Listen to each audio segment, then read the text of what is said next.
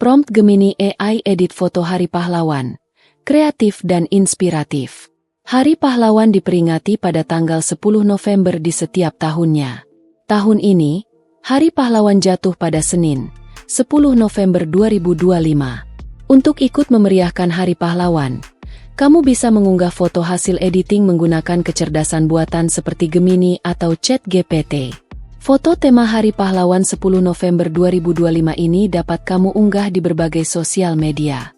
Program AI tersebut bisa membuat gambar atau edit foto selamat Hari Pahlawan Nasional yang keren dengan berisi berbagai elemen pendukung, seperti simbol kepahlawanan, bendera merah putih.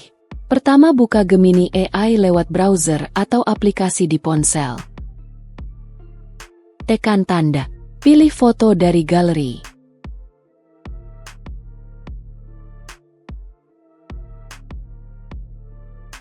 Salin promptnya. Buat gambar di atas utuh satu badan seperti seorang pahlawan Indonesia dengan seragam pahlawan tanpa merubah detail wajah. Memegang bendera merah putih dengan tiang dari bambu. Berdiri tegap, dengan latar belakang medan perang. Kualitas Ultra HD dan ada tulisan, "Selamat Hari Pahlawan 10 November 2025. Setelah itu kirim prompt. Gemini akan memproses deskripsi kamu dan dalam beberapa detik akan menghasilkan foto-foto baru.